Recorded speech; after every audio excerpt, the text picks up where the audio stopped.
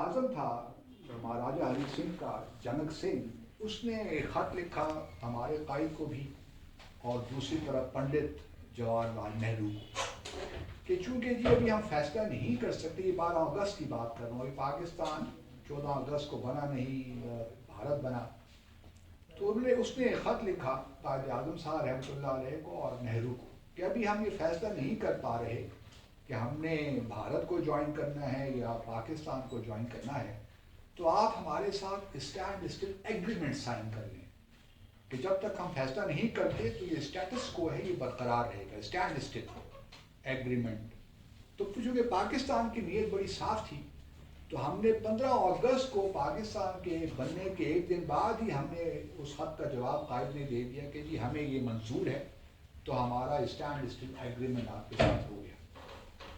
لیکن بھارت کی چونکہ نیت بڑی خراب تھی، بھارت نے لے تو لال سے کام لیا، جواب نہیں دیا، وہ جانک سنگھ بیچارہ لکھتا رہا نہرو کو، نہرو کہے کہ ابھی ہم سوچ رہے ہیں، اس پہ ریفلیکٹ کر رہے ہیں، ابھی جلدی کیا ہے۔ مین وائل آپ دیکھیے بھارت کی سازشیں کہ 15 اکتوبر کو، جو 27 اکتوبر کے تو یہ 15 اکتوبر آ جاتا ہے اگست سے، 15 اکتوبر کو لارڈ ماؤنٹ بیٹن اور نہرو اور والہ بھائی پٹیل، یہ ساری جو اس وقت کی لیڈرشپ تھی، یہ مہاراجہ ہری سنگھ کو زبردستی اس سے اپنا جو پرائم منسٹر ہے وہ تبدیل کرواتے ہیں، اور پرائم منسٹر کس کو لگاتے ہیں؟ مہر چند مہاجن کو۔ اور مہر چند مہاجن کون ہے؟ یہ وہ شخص ہے جس نے بھارت کو ریڈ کلف کمیشن جو بنا تھا اس میں ریپرزینٹ کرنا تھا بھارت کی طرف سے۔ ریڈ کلف کمیشن آپ کو پتا ہے کہ جس نے باؤنڈری ساری بنائی پاکستان اور بھارت کے درمیان، تو یہ سر ریڈ کلف کمیشن جو ہے اس کا بھارت کو یا کانگریس پارٹی کو ریپرزینٹ کر رہا تھا، اس کو وہاں پہ 15 اکتوبر کو پرائم منسٹر لگا دیا گیا مقبوضہ یا اس وقت جو ہے princely state of Jammu and Kashmir, کیونکہ ابھی فیصلہ نہیں ہوا کہ کس کو جوائن کرنا ہے۔ اس کے بعد ہم دیکھتے ہیں کہ 17 اکتوبر کو پٹیالہ فورسز آ جاتی ہیں سری نگر میں۔ یہ جو بھارت کا بیانیہ ہے نا کہ جی قبائلی لشکر آ گئے 22 اکتوبر کو، اس سے پہلے اگر آپ تاریخ پڑھ کے پڑھیں ایلسٹر لینگ کی کتاب کو، اور بھی بہت سی کتابیں ہیں وکٹوریا اسکوفیلڈ کی ہیں، ایلسٹر لینگ کی ہیں، بلکہ ساری کتابیں اگر آپ پڑھ لیں تو آپ سے بہت سی چیزیں معلوم ہو جائیں گی۔ تو 17 اکتوبر کو پٹیالہ فورسز وہ آلریڈی پرنسلی اسٹیٹ جموں اور کشمیر میں موجود ہیں۔ اب پاکستان کو آبویسلی بے چینی ہوئی کہ بھئی ہم نے تو اسٹینڈ اسٹل ایگریمنٹ سائن کیا ہوا ہے پرنسلی اسٹیٹ کے ساتھ، بھارت نے ابھی تک کوئی ایگریمنٹ سائن نہیں کیا، ادھر سے بھارت نے پٹیالہ فورسز وہاں پہ پہنچا دی ہیں سری نگر میں۔ اور اگر آپ سری نگر کو دیکھیں نا اس زمانے کا، تو سری نگر میں جو صرف ایکسیس ہے وہ جموں کے تھرو ہے، پری پنجال کی جو پہاڑیاں ہیں صرف اس کے تھرو، گرداسپور جو ڈسٹرکٹ ہے اس وقت بھارت میں، صرف ایکسیس جموں کے تھرو ہے سری نگر میں ویلی میں، اور کوئی راستہ نہیں ہے، باقی صرف ہوائی ذریعے سے آپ پہنچ سکتے ہیں۔ تو پھر ہمیں تشویش ہوئی، پھر یہاں سے قبائلی جو تھے خاص طور پہ NWFP سے وہ لوگ 22 اکتوبر کو وہاں گئے، انہوں نے پھر کراس کیا یہاں سے آزاد جموں کشمیر جو ہمارا ہے، اس وقت یہ ساری پرنسلی اسٹیٹ کا حصہ تھا، اس وقت آزاد جموں کشمیر کوئی چیز نہیں تھی۔ تو یہاں سے یہ لوگ گئے، یہاں سے مری کے علاقے سے آگے، اور انہوں نے یہ بارہمولہ تک پہنچے۔ لیکن اور اس زمانے 25 اکتوبر کو جب یہ لشکری قبائل یہاں سے پاکستان سے گئے تو مہاراجہ ہری سنگھ بھاگ کے سری نگر سے جموں پہنچ گئے۔ اور یہ جو پھر اس کے بعد کیا ہوا کہ جو انسٹرومنٹ آف ایکسیشن کی بات کرتے ہیں نا کہ بھارت کہتا ہے کہ انسٹرومنٹ آف ایکسیشن ہم نے سائن کر لیا یا مہاراجہ ہری سنگھ نے سائن کر لیا، تو آپ کو کیا تکلیف ہے؟ تو میں اس پہ آنا چاہتا ہوں۔ اب بھارت کا یہ کلیم ہے کہ جی ہم نے جو مہاراجہ ہری سنگھ نے جو انسٹرومنٹ آف ایکسیشن ہے اس پہ دستخط کر دیے تھے 26 اکتوبر کو۔ ہمارا کہنا یہ ہے کہ جی مہاراجہ ہری سنگھ نے دستخط تو شاید کر لیے ہوں، لیکن دو باتیں ہیں، ایک تو اس نے انڈر پریشر یہ دستخط کیے ہیں، اور دوسرا یہ ہے کہ اس نے 26 اکتوبر کو نہیں کیے، 27 اکتوبر کو کیے ہیں۔ اب اس میں کیا فرق ہے آپ پوچھیں گے، 26 کو کر لیے 27 کو کر لیے کیا فرق پڑتا ہے؟ اس میں فرق یہ پڑتا ہے کہ 26 اکتوبر کو اگر سائن کر لیے اور اس کے بعد انڈین فورسز آتی ہیں ڈیفینڈ کرنے کے لیے مقبوضہ جموں اور کشمیر کو، پھر تو چلے لیگلی قانونی جواز بنتا ہے۔ لیکن چونکہ یہ سائن ہوئے پہلے انڈین فورسز سری نگر میں اتری 27 اکتوبر کی صبح، اور یہ انسٹرومنٹ ایکسیشن ہوا، دستخط اس میں بعد میں ہوئے، اس لیے ہم آکوپیشن کہتے ہیں کہ پہلے کون سی چیز ہوئی۔ لیگلی اسپیکنگ قانونی اعتبار سے بڑی پیچیدہ باتیں ہوتی ہیں کہ پہلے آپ نے جو ہے نماز کس وقت پڑھی، بڑی ضروری بات ہے نا جی۔ اگر آپ فجر کی نماز ظہر پہ تو نہیں پڑھ سکتے، فجر کی نماز فجر کے وقت ہی پڑھیں گے، تو لیگلی اعتبار سے انسٹرومنٹ آف ایکسیشن کو پہلے سائن ہونا چاہیے تھا، اس سے پہلے کہ انڈین فورسز باقاعدہ آ کے قبضہ کریں۔ تو یہ بات آپ کے ذہنوں میں رہنی چاہیے کہ یہ انسٹرومنٹ آف، اور یہ میں کیوں کہہ رہا ہوں کہ 26 اکتوبر کو سائن ہوا اس میں، چونکہ بھارت کے اپنے جو اس وقت لوگ انوالو تھے، مثال کے طور پر بی پی مینن جو اس وقت سیکرٹری تھا منسٹری آف اسٹیٹس میں، اس کا اگر آپ کتاب پڑھیں اس کے میموائرز، تو وہ کہتا ہے کہ یہ 26 اکتوبر کو میں اور مہر چند مہاجن، جو میں نے بات آپ سے کی، جو وزیر اعظم تھا اس وقت جموں اور کشمیر کا، ہم دونوں جموں گئے 26 اکتوبر کو اور ہم نے یہ سائن کروایا مہاراجہ ہری سنگھ سے، یا اس نے کیا۔ اگر آپ مہر چند مہاجن کی کتاب پڑھیں جس کا نام ہے لکنگ بیک، وہ پڑھیں تو وہ کہتا ہے کہ جی ہم نے تو 27 اکتوبر کو ہی مہاراجہ ہری سنگھ سے ہماری ملاقات ہوئی جموں میں اور ہم نے سائن کیا۔ جو دو بندے انوالو تھے ان کے اپنے اکاؤنٹس میں تضاد ہے، ایک کہہ رہا ہے 26 کو سائن کیے، دوسرا کہہ رہا ہے 27 کو کیے، تو اب ہم بتائیے کہ ہم کس کی بات مانیں؟ تو یہ لیگلی اسپیکنگ جب بھی کبھی انٹرنیشنل کورٹ آف جسٹس میں یہ معاملہ جائے گا تو یہ سارے سامنے آئیں گے۔ دوسری بات یہ آپ کو بتاؤں کہ یہ کیوں کالا دن ہم اسے کہتے ہیں، اس لیے کہ آج تک کسی نے بھی انسٹرومنٹ ایکسیشن کی اوریجنل کاپی کسی نے آج تک نہیں دیکھی۔ بھارت اقوام متحدہ نے بھی انسٹرومنٹ آف ایکسیشن پیش نہیں کر سکا۔ پہلی دفعہ اس کا امیج ہمیں نظر آیا والابھ بھائی پٹیل پیپر میں، جو اس نے لکھے 1974 کے پیپرز ہیں، اگر آپ دیکھیے تو اس میں ایک امیج نظر آتا ہے، اس نے بھی کٹ کٹا ہے تاریخوں کے بارے میں، اوپر لائن لگی ہوئی ہے، تو اس نے اس کو کیا گیا، اس کے ٹویٹ کیا گیا اس کے ساتھ۔ تو پہلے تو یہ ہے کہ انسٹرومنٹ آف ایکسیشن ہی جو ہے غلط ہے، اور کوئی سائن ہوا ہی نہیں، اگر ہوا بھی ہے تو ان کی ڈیٹس میں مسائل ہیں، اس لیے اس کو کریڈیبل آتھینٹک نہیں مانا جا سکتا۔ تو اس لیے یہ بلیک ڈے اس لیے ہے، اور ہم اسی لیے اس کو مارک کر رہے ہیں کہ جی بھارت نے اس کو آکوپائی کیا ہے اور زبردستی آکوپائی۔ تو یہ آپ لوگوں کے ذہنوں میں یہ بات رہنی چاہیے۔ دوسری بات جو میں کرنا چاہتا ہوں، اکثر بھارت کی 3 آج باتیں میں کروں گا، ایک تو میں نے ختم کر لی، 2 باتیں اور ہیں آپ کی تاریخ کے حوالے سے، تاکہ آپ کو تھوڑا شوق پیدا ہو ان چیزوں میں پڑھنے کا۔ دوسرا، بھارت کا یہ ایک ہمیشہ سے رہتا ہے کہ اگر آپ بھارت کے اکاؤنٹس پڑھیں گے ان کی تاریخ، پاکستان نے اقوام متحدہ کی قراردادوں کے چونکہ عمل نہیں کیا، تو اس لیے وہاں پہ ہم پلیبسٹ نہیں کروا سکے۔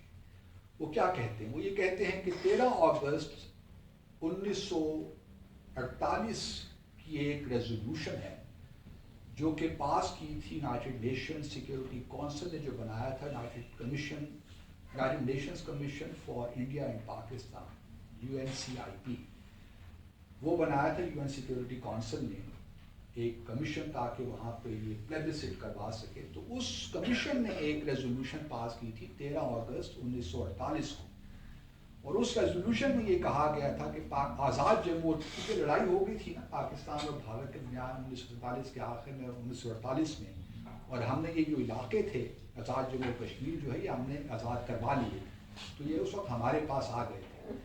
اور میں شاہ گیلانی صاحب سید علی گیلانی مرحوم، اللہ تعالیٰ ان کو بخشے کہ درجات بلند فرمائے، میں نے ان سے، بلکہ مجھے اکثر کہا کرتے تھے کہ یار عبدالباسط، سمجھ نہیں آتی کہ اس وقت جو قبائلی لشکر آئے وہ بارہمولہ میں آ کر رک کیوں گئے، کیونکہ سری نگر جو ایئرپورٹ تو تھا نہیں، صرف ایک ایئر فیلڈ تھی، اور اگر بارہمولہ سے اور صرف 35 میل دور تھا وہ ایئر فیلڈ، اگر ہمارے قبائلی لشکر اس دن جو 22 اکتوبر سے لے کر 27 اکتوبر سے پہلے اگر وہ اس ایئر فیلڈ پہ قبضہ کر لیتے تو کوئی وجہ نہیں تھی کہ آج وہ پورا کشمیر ہمارے پاس ہوتا. لیکن یہ ایک تاریخ کا بہت بڑا سوال ہے کہ بارہمولہ پہ آ کر کیوں رکے ہمارے قبائلی لشکر. میں بھی کوشش کر رہا ہوں اس کی تحقیق کرنے کے لیے کہ کیا ہوا، واقعات کیا ہوئے کہ قبائلی لشکر آگے نہیں جا سکے. کیونکہ سارے جو ہندوستان کی فوجیں تھیں پھر وہ بائی ایئر ان کو ٹرانسپورٹ کیا گیا 27 اکتوبر کی صبح، اور اگر وہ ایئر فیلڈ نہ ہوتی تو کوئی وہاں بھارتی فوجیں نہیں آ سکتی تھی. اچھا، دوسرا جو بات میں کر رہا تھا کہ 13 اگست 1948 کی جو ریزولوشن ہے اس کے تحت یہ تھا کہ پاکستان آزاد جموں اور کشمیر سے اپنی تمام فوجیں ہٹائیں.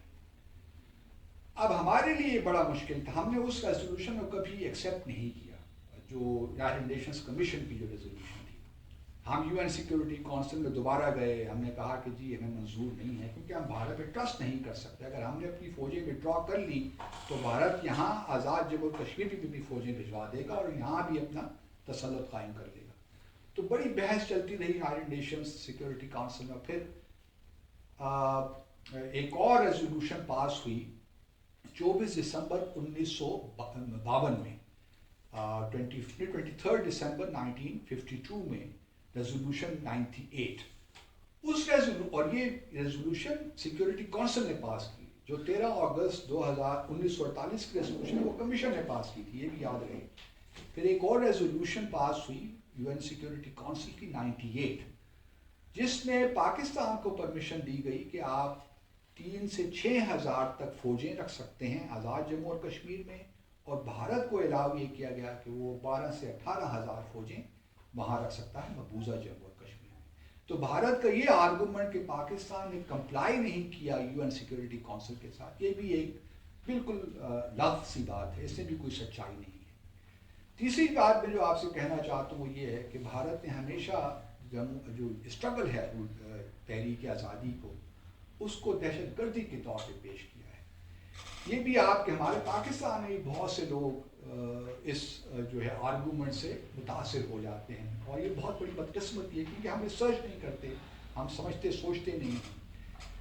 دیکھیں، اگر آپ یونائیٹڈ نیشنز کا چارٹر اٹھا کے دیکھیے، universal declaration on human rights اٹھا کے دیکھ لیجیے اقوام متحدہ کا، اور جو ریزولوشنز ہیں خاص طور پہ ریزولوشن 3314 جو ہے 14 دسمبر 1974 کی، اس کو اگر آپ اٹھا کے دیکھیے تو اس میں جو فورن آکوپیشن کے خلاف جدوجہد ہے وہ بالکل جائز ہے. ایک انٹرنیشنل پرنسپل ہے جس کو کہتے ہیں ایرگا اومنس.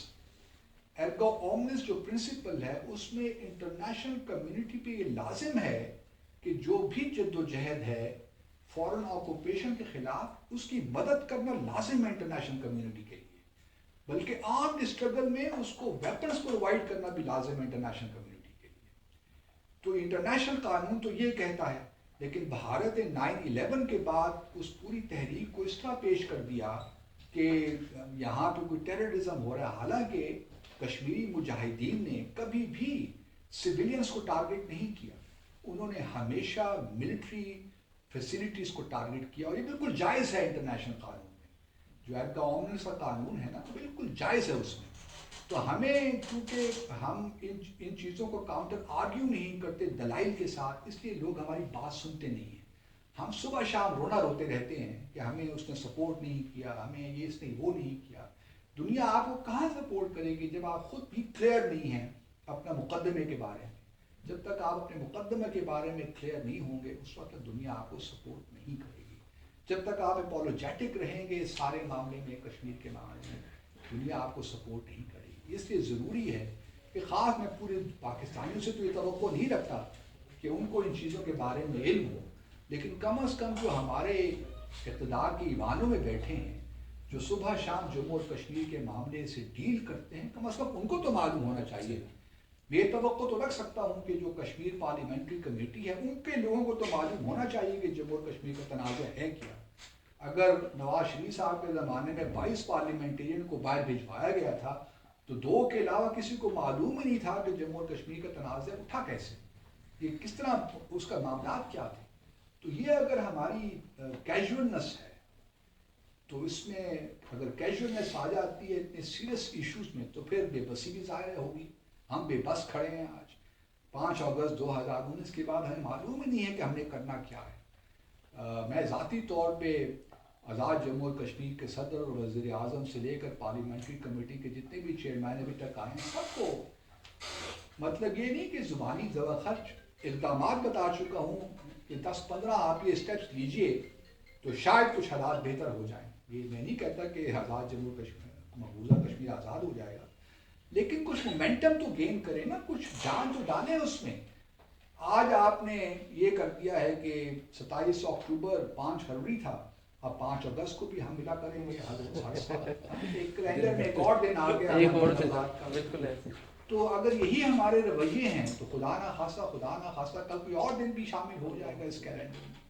تو اس طرح دیکھیں جو کشمیری ہیں وہ تو اپنا کام کیے جا رہے ہیں، آپ ان کی قربانیوں کا حساب ہی نہیں لگا سکتے. میں آپ کو یہ بتا سکتا ہوں جو قربانیاں وہ دے رہے ہیں آپ اس کو امیجن ہی نہیں کر سکتے. کیونکہ میں برہان وانی جب شہید ہوئے تو میں وہیں نیو دہلی میں ہی تھا، اور بہت سے بچے آ کے جوان لڑکیاں لڑکے مجھ سے آ کے ملتے تھے اور بڑی مشکلوں سے ہماری ملاقات ہوتی تھی. میں جانتا ہوں کہ ہر گھر میں بھارت اگلے 40 سال بھی کوشش کرے تو وہ جو کشمیر کے لوگ ہیں ان کے دل و دماغ نہیں جیت سکتا. اس کے بارے میں میری کنوکشن ہے.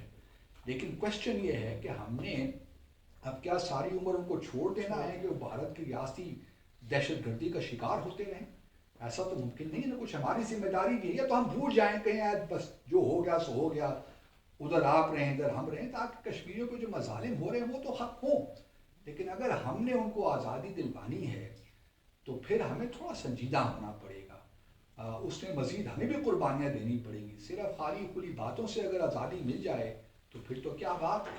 کوئی ملک پلیٹر پہ رکھ کے آپ کو آزادی نہیں دیتا. forget about it.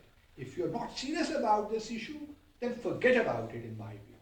کوئی ضرورت نہیں ہے اس پہ اور کشمیریوں کو مروانے کی، اور اپنے آپ کو بھی آپ تکلیف میں ڈال رہے ہیں اگر آپ سیریس نہیں ہیں. کیونکہ مجھے تو یہ لگتا ہے کہ ہم سیریس نہیں ہیں. میں تو اب پہنچ گیا ہوں اس نتیجے تک، کیونکہ جس طرح 5 اگست 2019 کے بعد اس حکومت کا رویہ رہا ہے جموں اور کشمیر کو لے کر، وہ تو بہت ہی مطلب میں تو نواز شریف صاحب کو روتا تھا، لیکن یہاں بھی حالات اس طرح ہی ہیں.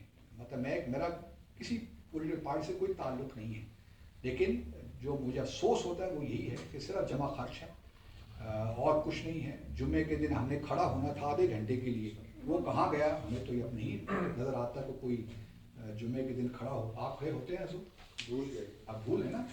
تو کوئی بھی آپ جمعے کے دن کھڑا کیا ہوتا ہے؟ اب تو بس بات ختم سی ہو گئی نا.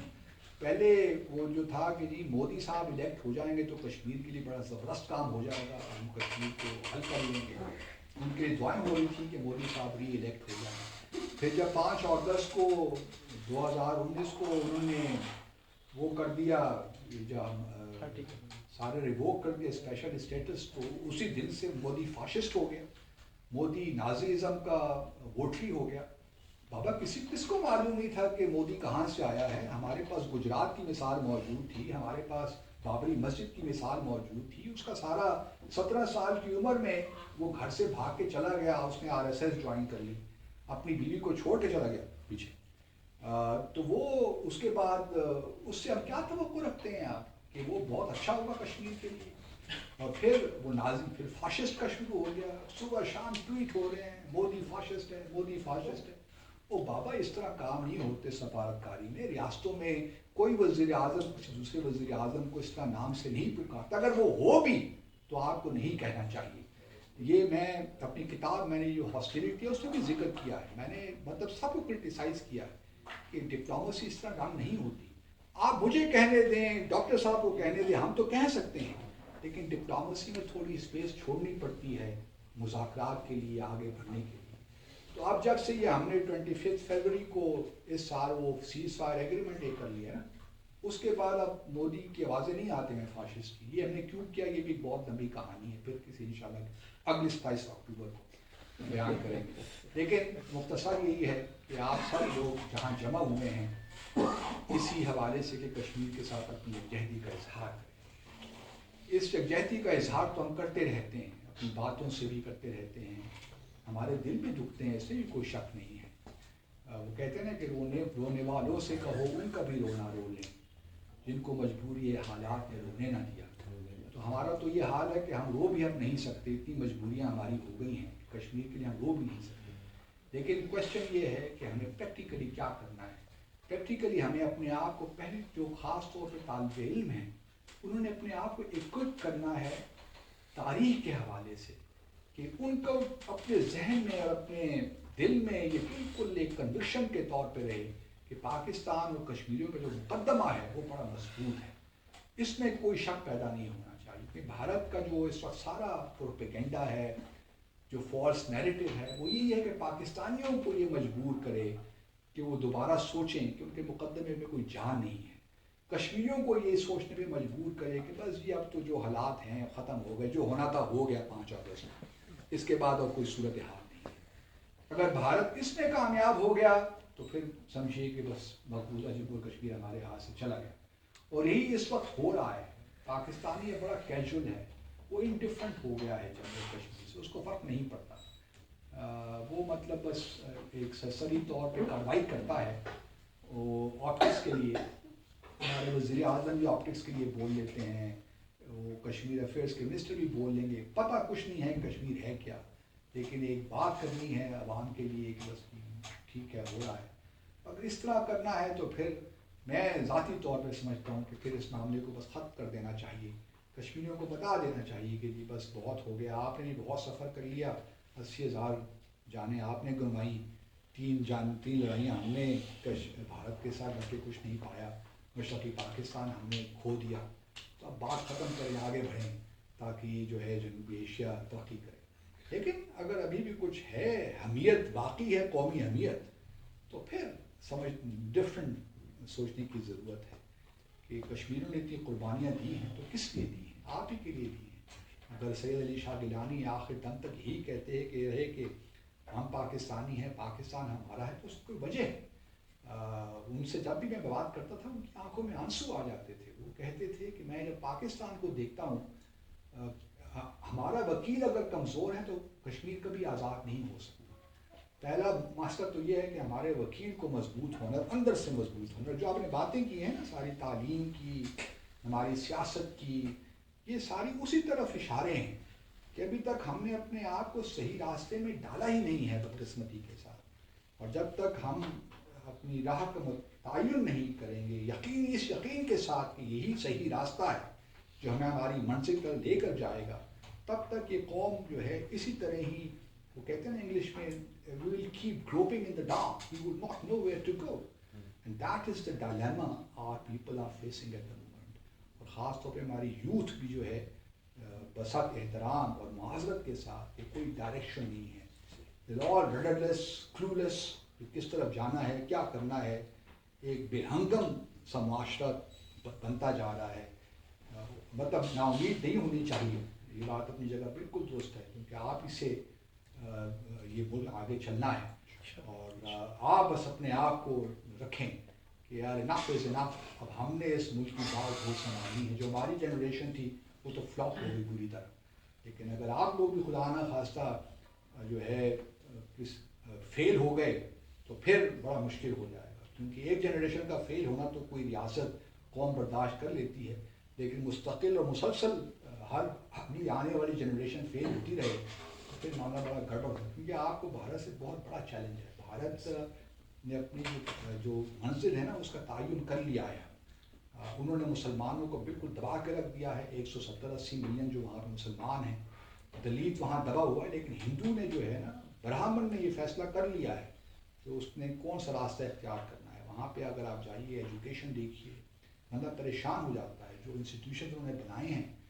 سویلین سائٹ پہ، چاہے میڈیکل ریسرچ کے انسٹیٹیوشنس ہو، انجینئرنگ سائٹ پہ، جیسے ایگریکلچر میں اسرائیل کے ساتھ جو ان کا تعاون چل رہا ہے، اس میں آپ دیکھیں کہ اگلے 5 سال میں انڈیا کہاں سے کہاں پہنچ جائے گا۔ ہمیں اس سے متاثر ہونے کی ضرورت نہیں ہے، لیکن سیکھنے کی ضرورت ہے۔ سیکھنے میں آپ اپنے دشمن سے بھی سیکھ سکتے ہیں، لیکن کوشچن یہی ہے کہ پروپیگنڈا جو ہے نا، اس کو آپ سفٹ کرنا سیکھیں کہ کیا چیز حقیقت ہے کیا پروپیگنڈا ہے. یہ آپ میں صلاحیت جب پیدا ہو جائے گی انشاءاللہ تو پھر آپ چیزوں کو اس کے حقیقی پیرائے میں دیکھنے کے قابل ہو جائیں گے.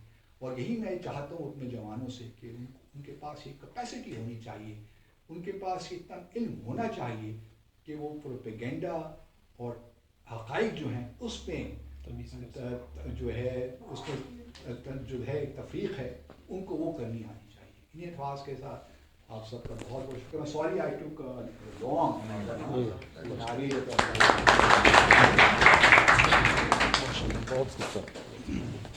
تھینک یو سو مچ باسط صاحب.